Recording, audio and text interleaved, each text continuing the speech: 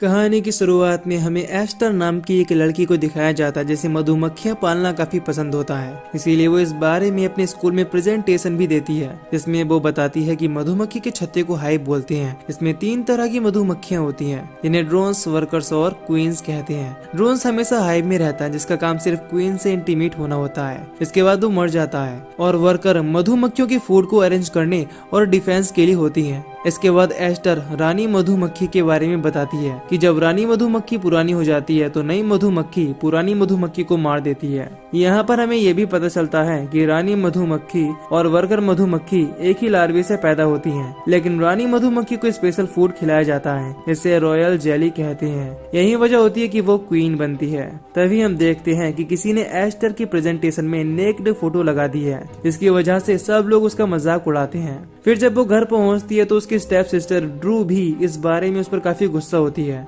इस पर एस्टर बताती है कि मैंने वो फोटो नहीं लगाई, बल्कि वो फोटो तुमने उस प्रेजेंटेशन में लगाई है, क्योंकि मैंने तुम्हें कॉलेज में बात करते हुए सुना था। इस पर ड्रू कहती है कि मैंने ऐसे बिल्कुल भी नहीं किया है, तुम पागल हो, इसीलिए हमेशा अपनी उन मधुमक्खियों के साथ खेलती रहती हो। ये सुनकर एस्टर की मदर भी उसे साइकियाट्रिस्ट के पास ले जाने के लिए कहती हैं, लेकिन उसके डैड इस चीज के लिए साफ इनकार कर देते हैं। इसके बाद एस्टर के पास उसके डैड पहुंचते हैं और उसे डिनर में हुई डिस्कशन में सॉरी बोलते हैं। साथ ही साथ ये भी समझाते हैं कि तुम्हें अपनी स्टेप सिस्टर की बात को सीरियस नहीं लेना चाहिए। इस पर वो उनसे कहती है कि आपको मेरी साइड नहीं लेनी चाहिए। इस पर उसके डैड उसे बताते हैं कि तुम्हारी स्टेप सिस्टर तुमसे जलती है, क्योंकि तुम्हारे पास एक गोल्डन हार्ट है और तुम बिल्कुल अपनी मॉम की तरह दिखती हो। फिर अगले दिन जब एस्टर सोकर उठती है तो उसका बेड खून से भीगा हुआ होता है। इस बात से उसकी सिस्टर फिर से उसका मजाक उड़ाती है। इधर हम टीचर को देखते हैं जिसका किसी ने मर्डर कर दिया है, इसीलिए उनके क्लास में एक नई टीचर आती है जिसका नाम ट्रेसा होता है। फिर जब ट्रेसा क्लास ले रही होती है तभी ड्रू एस्टर को सुबह के हादसे की वजह से पैट देती है और उसका मजाक उड़ाती है, लेकिन ये चीज ट्रेसा देख लेती है और उसे डांट लगाती है। फिर कैंटीन में जब ट्रेसा एस्टर से बात करने की कोशिश करती है तो वो उठकर वहाँ से चली जाती है। फिर जब एस्टर घर पर जा रही होती है तो ट्रेसा फिर से उसे लिफ्ट के लिए पूछती है। हालांकि पहले तो वो इस चीज के लिए इनकार करती है, लेकिन जब उसकी स्टेप सिस्टर ड्रू अपने दोस्तों के साथ वहाँ से जा रही होती है तो ट्रेसा एस्टर को इम्प्रेस करने के लिए तेजी से हॉर्न बजाने लगती है, जिस बात से एस्टर काफी खुश होती है और उसके साथ चलने के लिए तैयार हो जाती है। फिर घर पहुंचने के बाद जब एस्टर जाने लगती है तो ट्रेसा उससे डिनर के लिए पूछती है और अपने साथ ले जाती है। फिर वो दोनों डिनर करते हैं और एक दूसरे के साथ काफी खुश होते हैं। इसके बाद ट्रेसा एस्टर को बदला लेने के लिए कहती है, इसीलिए वो दोनों एक मॉल से अंडे लेकर ड्रू के फ्रेंड के घर पहुंचते हैं और उसकी खिड़कियों पर अंडे फेंकने लगते हैं। इसके बाद उसकी आवाज सुनकर ड्रू की फ्रेंड घर के बाहर आती है, लेकिन वो दोनों वहाँ से भाग जाते हैं। हालांकि ड्रू की फ्रेंड उन्हें देख लेती है। फिर हम देखते हैं कि इस चीज से एस्टर काफी खुश होती है। इसके बाद एस्टर और ट्रेसा अगले दिन फिर से मिलने का वादा करके वहाँ से चले जाते हैं। इधर ड्रू की फ्रेंड पिछली रात की वजह से बहुत ही ज्यादा गुस्सा होती है, इसीलिए वो किसी भी हालत में एस्टर से बदला लेना चाहती थी। इसीलिए वो सारे फ्रेंड्स रात में एस्टर के बनाए हुए मधुमक्खी के हाइव पर पहुँचते हैं और उसे पूरी तरह से तोड़ देते हैं। जब एस्टर को इस बारे में पता चलता है तो वो बहुत ही ज्यादा दुखी होती है। उसे इस हालत में देखकर ड्रू भी काफी डर जाती है। तभी वहाँ पर एस्टर को लेने के लिए ट्रेसा पहुँच जाती है, जिसके साथ वो वहाँ से निकल जाती है। अगले सीन में हम देखते हैं कि ट्रेसा उसे अपने घर ले गई है, जहाँ पर एक लड़का भी रहता है जिसका नाम हेनरी है। फिर ट्रेसा एस्टर को बताती है कि हेनरी कोई और नहीं बल्कि उसका बेटा है। ये जानकर एस्टर काफी हैरान होती है। फिर अगले दिन जब एस्टर सोकर उठती है तो ट्रेसा उसके लिए एक नया मधुमक्खी का हाइव ले आती है। इसे देखकर वो काफी खुश होती है। इसके बाद जब वो रात में अकेली बैठी होती है तो उसके पास हेनरी पहुंचता है, जो उसकी फैमिली के बारे में पूछता है और कहता है कि तुम्हें यहाँ देखकर काफी अच्छा लगा। फिर अगले दिन एस्टर घर के पास मौजूद एक बार्न में पहुंचती है, जो कि ट्रेसा का ही था, लेकिन इससे पहले कि वो उसके अंदर जा पाती ट्रेसा वहाँ पहुंचकर उसे रोक लेती है और वार्न करती है कि तुम कहीं भी जा सकती हो, लेकिन तुम्हें कभी भी इस बार्न के अंदर नहीं जाना है।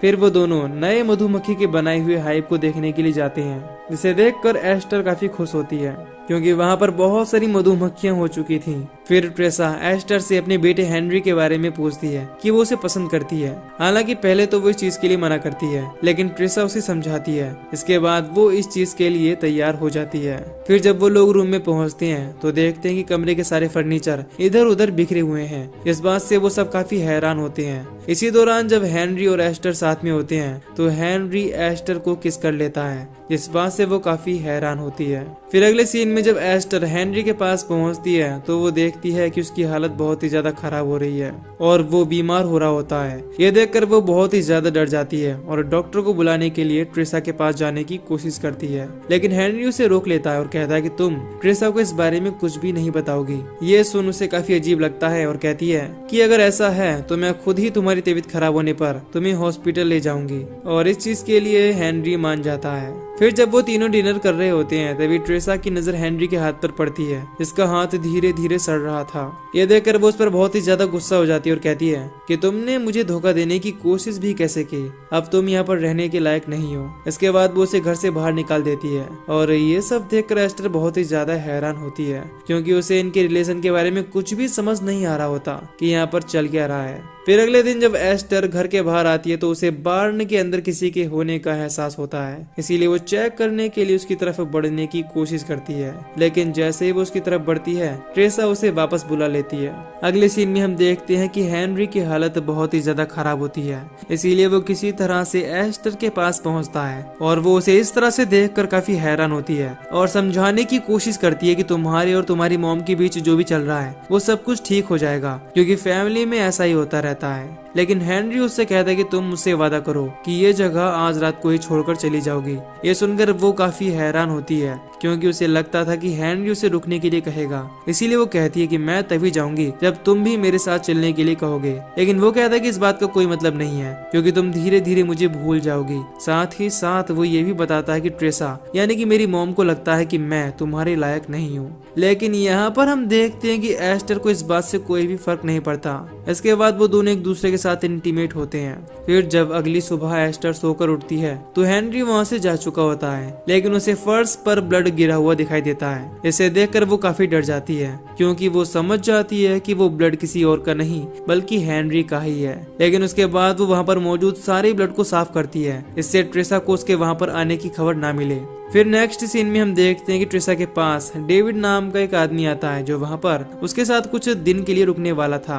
हालांकि इस दौरान एस्टर ट्रेसा से हेनरी के बारे में पूछती है, लेकिन वो उसकी बातों को इग्नोर कर देती है। इस दौरान हमें ये भी पता चलता है कि डेविड भी ट्रेसा का बेटा है। इन सब चीजों से एस्टर बहुत ही ज्यादा परेशान हो जाती है और गुस्सा होकर वहाँ से चली जाती है। फिर जब एस्टर अपने बेडरूम में होती है तो उसके पास एक लड़की पहुँचती है जो उसे घूर रही होती है, जिसकी हालत काफी ज्यादा खराब थी और उसकी बॉडी भी ऐसी ही सड़ रही होती है जैसे कि हेनरी की सड़ रही थी। फिर जब एस्टर की नजर उस पर पड़ती है तो वो बहुत ही ज्यादा डर जाती है और उस पर हमला कर देती है, इससे वो लड़की भी डर जाती है। फिर उन दोनों की चीख सुनकर ट्रेसा भी वहाँ पर पहुँच जाती है, जो उस लड़की के सर पर गन से अटैक करके उसे बेहोश कर देती है।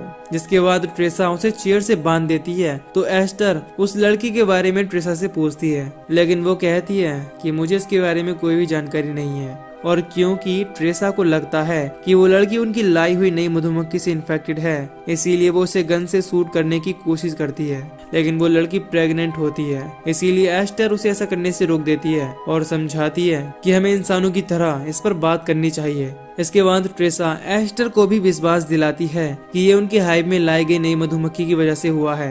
अब क्योंकि एस्टर को इस बारे में सबसे ज्यादा जानकारी थी तो वो उसे इस बारे में पूछती है, जिस पर वो कहती है कि उनका सिर्फ एक ही इलाज है कि हमें हाइव को जलाना होगा। फिर जब एस्टर उस लड़की के पास पहुंचती है तो वो बुरी तरह से तड़पने लगती है, क्योंकि उसे ब्लीडिंग हो रही होती है, जिसकी वजह से वो वहीं पर बेहोश हो जाती है। लेकिन उसके चीख सुनकर वहां पर ट्रेसा और डेविड भी पहुंच जाते हैं। इसके बाद एस्टर उन लोगों से उस लड़की को हॉस्पिटल ले जाने के लिए कहती है, लेकिन वो उसकी बातों को इग्नोर करके वहाँ से चली जाती है। फिर अगले दिन जब ट्रेसा मधुमक्खी के हाइव को जला रही होती है तो एस्टर उसके पास पहुंचती है और कहती है कि वो लड़की मरने वाली है, इसीलिए तुम्हें उसकी मदद करनी चाहिए। इस पर ट्रेसा कहती है कि तुम ही ने कहा था कि ये सब कुछ मधुमक्खी के हाइव की वजह से हो रहा है, इसीलिए मैं इसे जला रही हूँ, इससे सब कुछ ठीक हो जाएगा। ये सुनकर एस्टर समझ जाती है कि वहाँ पर कोई भी उसकी बात सुनने वाला नहीं है, इसीलिए वो वापस उस लड़की के पास पहुँचती है और उसे वहाँ से बाहर निकालने की कोशिश करती है। लेकिन इससे पहले कि वो दोनों वहाँ से निकल पाती, ट्रेसा चाकू लेकर वहाँ पर पहुँच जाती है और एस्टर के सामने ही उस लड़की पर अटैक करके उसे मार देती है।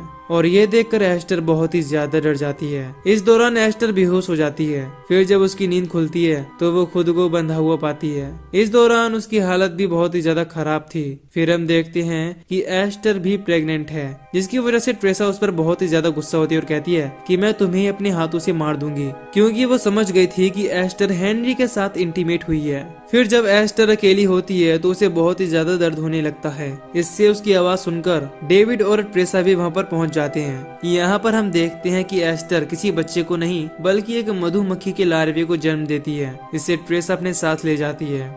इसके बाद वो एस्टर को भी अपने साथ ले जाती है और उसे नहलाने के बाद डेविड के रूम में छोड़ देती है, जहाँ पर डेविड उसे बताता है कि मैं तुमसे तब से प्यार करता हूँ जब से मैंने तुम्हें देखा है। फिर वो एस्टर के साथ इंटीमेट होने की कोशिश करता है, लेकिन वो डेविड पर अटैक करके उसे बहुत बुरी तरह से मार देती है। यह देखकर ट्रेसा उस पर बहुत ही ज्यादा गुस्सा हो जाती है और कहती है कि मैंने तुम्हारे लिए इतना कुछ किया, यहाँ तक कि तुम्हारे लिए मर्डर भी किया, जिसकी वजह से तुम एक क्वीन बन सकती थी, लेकिन तुम तो एक लूजर निकली। अब इस बात से पता चलता है कि एस्टर की टीचर को किसी और ने नहीं बल्कि ट्रेसा ने ही मारा था। फिर जब ट्रेसा एस्टर पर चाकू से अटैक करने की कोशिश करती है तो वो खुद को बचाने के लिए उस पर अटैक करती है। यहाँ पर हम देखते हैं कि ट्रेसा के दांत बहुत ही अजीब तरह के दिख रहे होते हैं। इससे एस्टर बहुत ही ज्यादा डर जाती है और भागकर बार्न में पहुंचती है। वहाँ पर उसे एक बूढ़े आदमी के साथ साथ बहुत सारी लड़कियां मिलती हैं जो वैसे ही इन्फेक्टेड थी और उनके दांत भी वैसे ही होते हैं जैसे कि ट्रेसा के थे।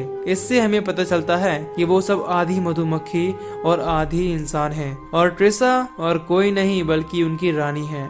फिर ट्रेसा वहां पहुंचकर एस्टर पर अटैक करने लगती है। तभी वो देखती है कि एस्टर के पंख निकल आए हैं और वो पूरी तरह से एक रानी मधुमक्खी बन चुकी है। फिर जैसे नई रानी मधुमक्खी पुरानी रानी मधुमक्खी को मार देती है, वैसे ही एस्टर भी ट्रेसा को मार डालती है। इसके बाद वहाँ पर मौजूद सारी लड़कियां उसके आगे सर झुकाती हैं, जिससे पता चलता है कि उन सभी ने उसे अपनी रानी मान लिया है। लेकिन एस्टर इस बात से बिल्कुल भी खुश नहीं थी और बुरी तरह से रो रही थी। और इसी के साथ ही यहीं पर ये मूवी इसी तरह से खत्म हो जाती है। तो दोस्तों, अगर आपको इस मूवी की एक्सप्लेनेशन पसंद आई हो तो वीडियो को लाइक और चैनल को सब्सक्राइब कर दीजिए, बाकी मैं मिलूंगा न्यू वीडियो में। Till then take care, love you, bye bye.